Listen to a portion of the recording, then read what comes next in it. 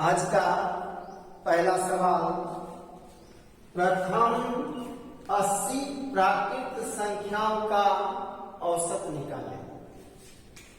और हम लोग जानते हैं प्रथम n प्राकृत संख्या का औसत n प्लस 1/2 होता है। प्रथम n प्राकृत संख्याओं का औसत क्या होता है? n plus 1/2। यानी प्रथम 80 प्राकृत संख्याओं का औसत क्या होगा? तो n का मान क्या हो गया? 80 प्लस 1/2। ये आपका आंसर होगा 81/2 यानी 40.5।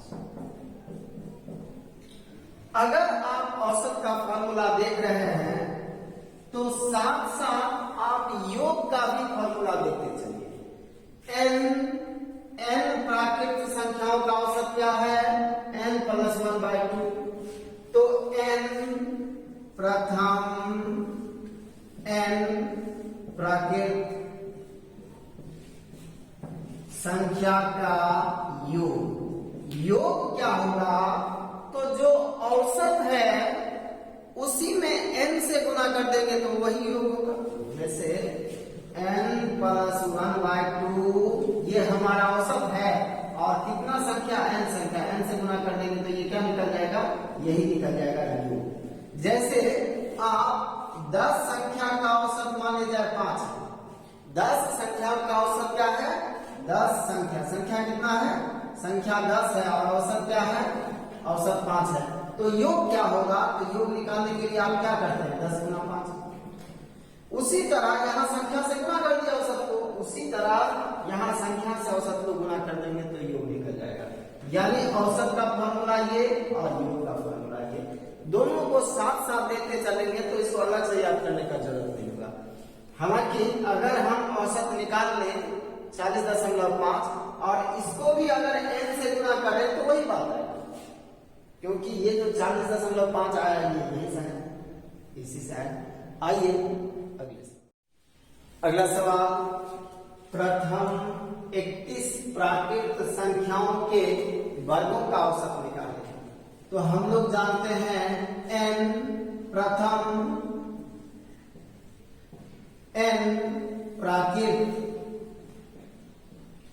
संख्या के वर्गों का औसत। ये औसत क्या होता है? n plus 1 2n plus 1 bye क्या? 6। प्रथम n प्राकृत संख्या के वर्गों का औसत क्या होगा? तो n plus 1 2n plus 1 bye 6। इसी को अगर हम लोग n से गुना कर दें तो n plus 1 2n plus 1 bye 6 ये क्या हो जाएगा? तो ये योग हो जाएगा। जो औसत है उसी को n से गुना कर देंगे तो ये योग। अब आपको औसत चाहिए तो औसत के लिए अब हम लोग क्या लिखेंगे? n का मान क्या दिया हुआ है? 31। प्रथम 31 प्राकृत संख्या और यहाँ क्या कह रहा है? प्रथम n प्राकृत संख्या। तो हम लोग लिखेंगे 31 प्लस 1, 31 गुना 62 प्लस 1 बाय क्या? 6। और ये क्या? 32 गुना 63/6। 3 से कटेगा 2 बार में, 3 से 21 बार में और 2 से कटेगा 16 बार में, और 16 को 21 से गुना करेंगे तो 336। यानी प्रथम 31 प्राकृत संख्याओं के वर्गों का औसत क्या होगा? तो 336। ऐसे क्वेश्चन में आप सिर्फ फॉर्मूला ध्यान रखेंगे और उस पर मान रखेंगे और कुछ नहीं है। फॉर्मूला अगर ये याद है और n का मान 31 रखना कहां से मुश्किल है। आपको ये बात जानना होगा कि प्रथम n प्राकृत संख्या के वर्गों का औसत क्या होता है। आइए अगला सवाल, प्रथम 16 प्राकृत संख्याओं के घनों का औसत निकालें। प्रथम n प्राकृत संख्या के घनों का औसत। ये क्या होता है? n into n plus one का होल स्क्वायर बाय 4। औसत क्या होता है? n into n plus one का होल स्क्वायर बाय 4। और प्रथम n प्राकृत संख्या के घनों का योग। अगर साथ साथ हम लोग योग भी देखते जाएं तो दोनों बात अलग से रखने का जरूरत नहीं होगा। अगर औसत ये है तो योग क्या होगा? फिर n से गुणा कर दीजिए, तब हो जाएगा n square n plus one का होल स्क्वायर बाय 4, जिसको आप ऐसा भी लिख सकते हैं n प्लस वन बाय 2 और पूरे पर स्क्वायर, आप ये भी लिख सकते हैं। अब आइए हम लोग अपने आंसर पर आते हैं। क्वेश्चन कहता है 16 प्राकृत संख्याओं के घनों का औसत, तो हम लोग लिखेंगे 16 और ये क्या 16 प्लस 1 का स्क्वायर बटा क्या 4। तो ये 4 से कट जाएगा, 4 बार में 4 गुना ये कितना 17 गुना 17 और इसको गुना करके लिख देंगे। ये आपका आंसर है क्या 1156। आइए अगले सवाल। अगला सवाल है प्रथम 40 विषम संख्याओं का औसत निकालें। प्रथम 40 विषम संख्याओं का औसत निकालें। प्रथम 40 विषम संख्याओं का औसत 40 ही होगा, क्योंकि जितना विषम संख्या होगा उतना ही उसका औसत होगा। आइए हम लोग कुछ एग्जाम्पल लें। एक विषम संख्या, इसका औसत क्या होगा 1। अब दो विषम संख्या लेते हैं 1 और 3, लगातार लेना है 1 3। अब इसका औसत निकालिएगा तो क्या निकलेगा 1 और 3 4 और बटा 2 यानी 2। फिर एक और लीजिए 1 3 5, तो क्या निकलेगा 3 5 3 8 9 9 बटे 3 3 होगा। 1 3 5 7 4 लिए ना, औसत 4 आएगा, आप चेक कर लीजिए। 7 5 12 4 16 16 में 4 से भाग लगाएंगे 4 आएगा। 1 3 5 7 9, इसका औसत क्या होगा 5। 5 विषम संख्या लिए हैं, औसत 5 आएगा। अब यहां से हम लोग इस निष्कर्ष पर जा सकते हैं कि जितना विषम संख्या होगा औसत उतना ही होगा। मतलब n विषम संख्या का औसत, ये आप पढ़े भी होंगे n होता है। n विषम संख्याओं का औसत n होता है, वो यहां से साफ साफ दिख रहा है। अब आपका सवाल है 40 विषम संख्याओं का औसत, तो आप जवाब क्या देंगे 40। इसी सवाल में सवाल और थोड़ा सा चेंज करके आए, सवाल थोड़ा सा और घुमा दे तो हम लोग कैसे जवाब देंगे। सवाल इस तरह पूछेगा, अगला सवाल लेगा 40 तक के विषम संख्या का औसत, तो क्या होगा। अब ये सवाल और ये सवाल दोनों अलग है, देखने से लग रहा है कि एक ही सवाल है, दोनों अलग है। प्रथम 40 विषम संख्या का औसत और 40 तक के विषम संख्या, तो 40 तक में कितना विषम संख्या होगा 20 और 20 विषम संख्या का औसत 20। 40 तक में 40 विषम संख्या होगा क्या, इसका मतलब होता है 1 विषम संख्या 2 विषम संख्या 3 विषम संख्या 4 विषम संख्या, इस तरह 40 विषम संख्या लिखना है। इसका क्या मतलब होता है 1 से लेकर 40 तक में कौन कौन विषम संख्या है, तो 1 से लेकर 40 तक में 40 विषम संख्या होगा क्या, एक सम एक विषम एक सम एक विषम, ऐसा ही होता है ना। 1 से लेकर 40 तक में मात्र 20 विषम संख्या होगा और विषम संख्या 20 होगा, तो औसत क्या होगा 20। तो हम लोग इसका जवाब कैसे देंगे 40 तक के विषम संख्याओं का औसत, तो 40 तक में विषम संख्या कितना होगा, विषम संख्याओं की संख्या कितना होगा? विषम संख्याओं की संख्या बराबर 20 और विषम संख्याओं की संख्या 20, तो औसत क्या होगा? औसत होगा 20। हमको कुछ नहीं करना, कहीं से पेन लगाने का जरूरत नहीं है। 40 तक में आपसे पूछा जाएगा कितना विषम संख्या, झट से कहेंगे 20, और जितना विषम संख्या उतना औसत, कहीं पेन लगाने का जरूरत है क्या? इसी क्वेश्चन में थोड़ा सा और उलझा सकता है आपको यही क्वेश्चन कह दे 39 तक में 39 तक के विषम संख्या का औसत, इसका भी आंसर वही, क्योंकि 40 तक में जितना विषम होगा ना 39 तक में उतना ही विषम होगा। 39 ले लिए, अब 39 और 40 इसमें क्या फर्क पड़ता है? 39 1 से लेकर 39 तक में वही विषम संख्या आएगा जो 1 से लेकर 40 तक में आएगा। 1 से लेकर 39 और 1 से लेकर 40 तक में विषम संख्या बढ़ेगा क्या? नहीं। तो जो आंसर 40 के लिए होगा वही आंसर 39 के लिए है। हम लोग को सिर्फ ये जानना है कि 1 से लेकर 40 तक में या 39 तक में कितना विषम संख्या? 20। आंसर 20, कुछ नहीं करना है, सीधा आंसर लिखना 20।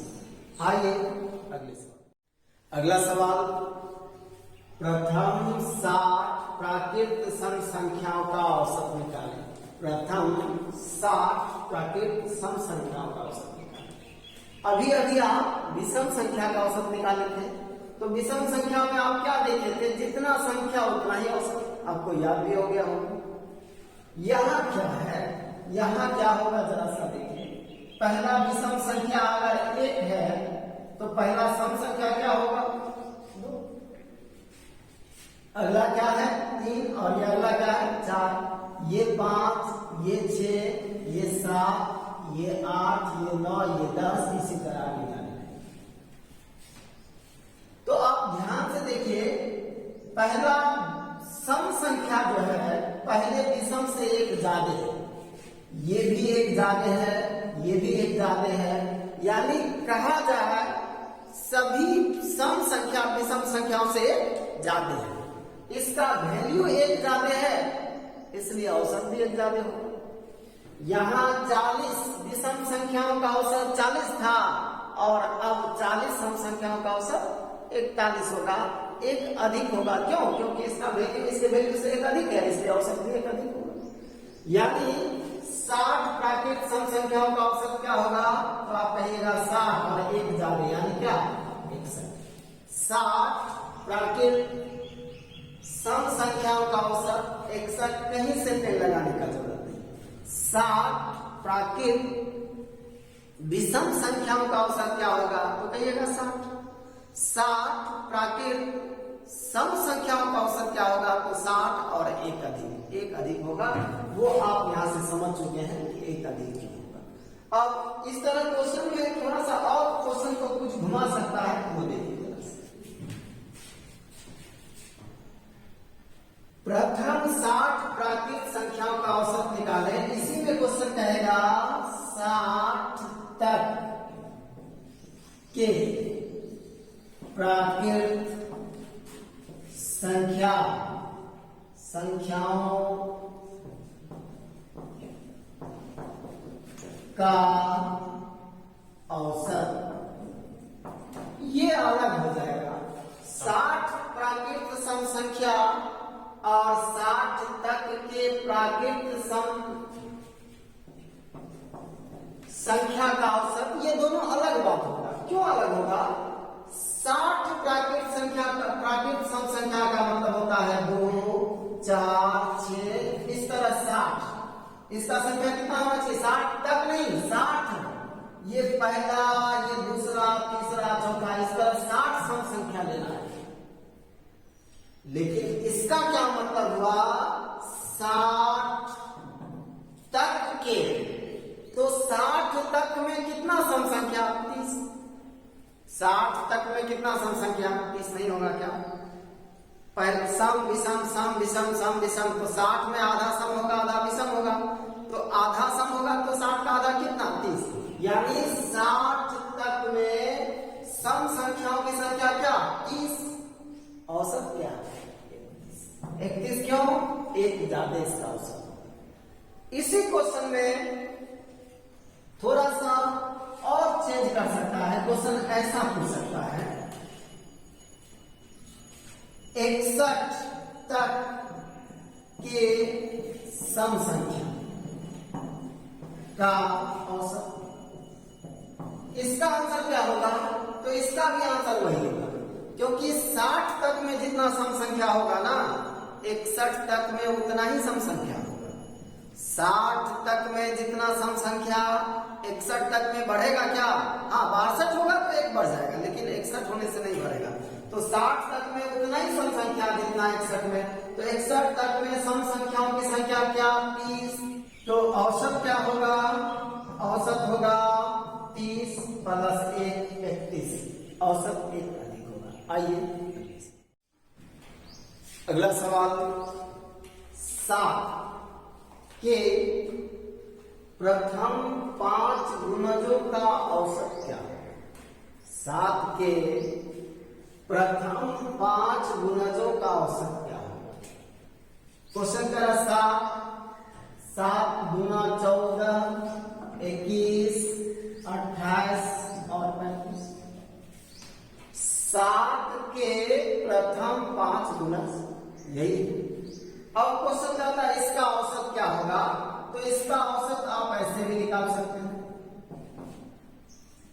इसको जोड़ के आप 5 से भाग लगा दीजिए, ये औसत आएगा, या 7 14 21 28 और 35 में हम लोग जब संख्या एक निश्चित क्रम में हो, संख्याओं के बीच का अंतराल सब जगह समान हो, तो जो मिडिल में होता है वो औसत होता है, ये भी हम लोग डायरेक्ट लिख सकते हैं।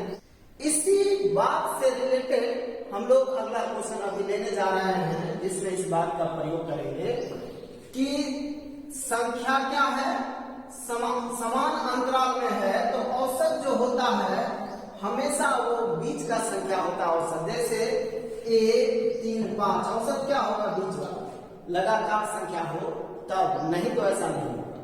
जैसे 1 3 5 7 9, यहां बीच का मान क्या होगा 5, औसत 5 हो जाएगा।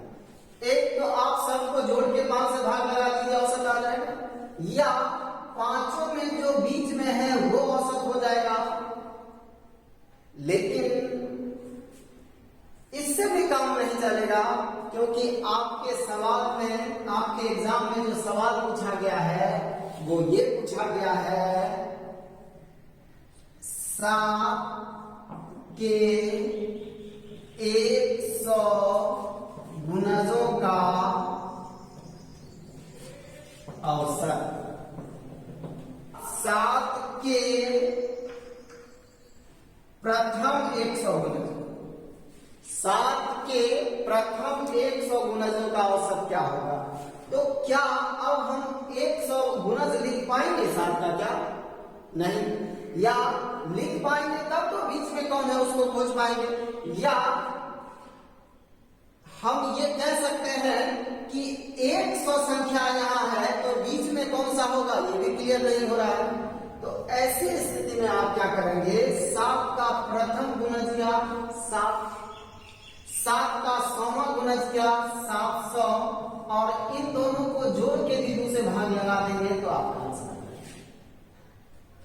जब संख्या अधिक हो तो हम लोग ऐसे कम समय में आप आंसर कर देंगे, क्या 7 का पहला गुणज क्या 7 का 100वां गुणज क्या 700, 7 और 700 को जोड़ के 2 से भाग लगा देंगे, ये आपका आंसर। उसी तरह यहां भी आप कर सकते हैं, पहला मान क्या 7 और दूसरा अंतिम मान क्या 35, जोड़ लीजिए 7 प्लस 35 अब बटा दो, ये भी आंसर वही आएगा 35 7 42 बटा 2 21, और हम लोग का भी आंसर यहाँ से भी 21 आएगा और यहाँ से भी 21।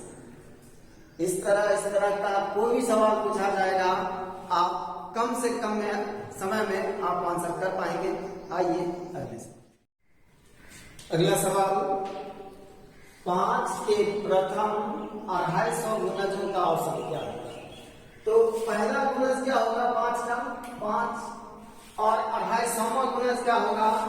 तो 250 गुना 5। तो पहला 5 और दूसरा क्या अंतिम क्या 1250 और इन दोनों को जोड़ के 2 से भाग लगा देंगे तो यही हमारा आंसर होगा। यानी जब संख्याएं निश्चित अंतराल पर हो, 5 का गुणज ले रहे हैं तो 5 के अंतराल में होगा।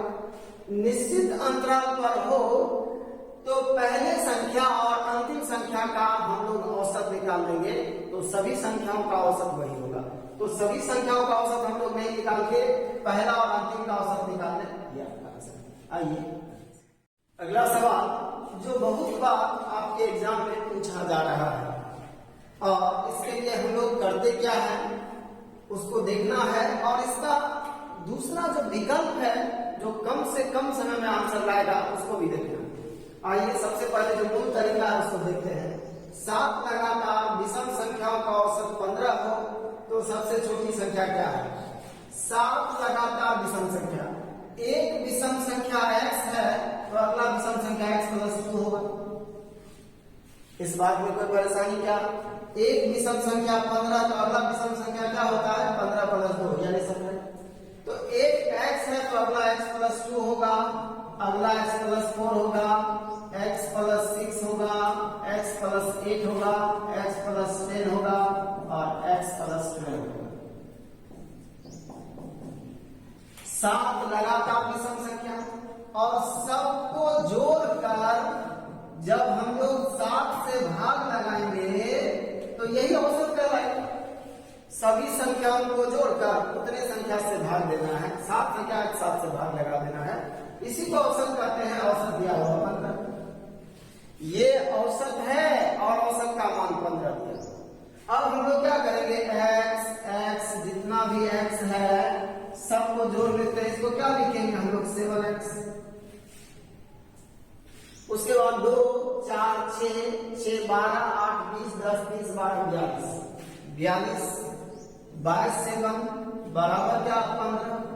अब 7 कॉमन लेकर इधर ही कैंसिल कर लेते हैं, उधर ले जाएंगे तो गुना भाग हो सकता है और मुश्किल हो। 7 कैंसिल कर लेते हैं, 7x प्लस 6/7 ये कट जाएगा बराबर क्या 15। अब हम लोग क्या लिखेंगे x बराबर 15 और माइनस 6 x बराबर 9, यानी सबसे छोटी संख्या जो निकलेगा वो 9 होगा। और इसी क्वेश्चन में सबसे बड़ी संख्या पूछा जाए तो 9 और 12 को जोड़ देंगे क्योंकि x का मान निकल गया है। लेकिन इस छोटे सवाल के लिए इतना वक्त हम लोग देंगे तो शायद वक्त का अभाव हो हमारे पास एग्जाम में। ऐसे क्वेश्चन के लिए हम लोग क्या करेंगे जरा से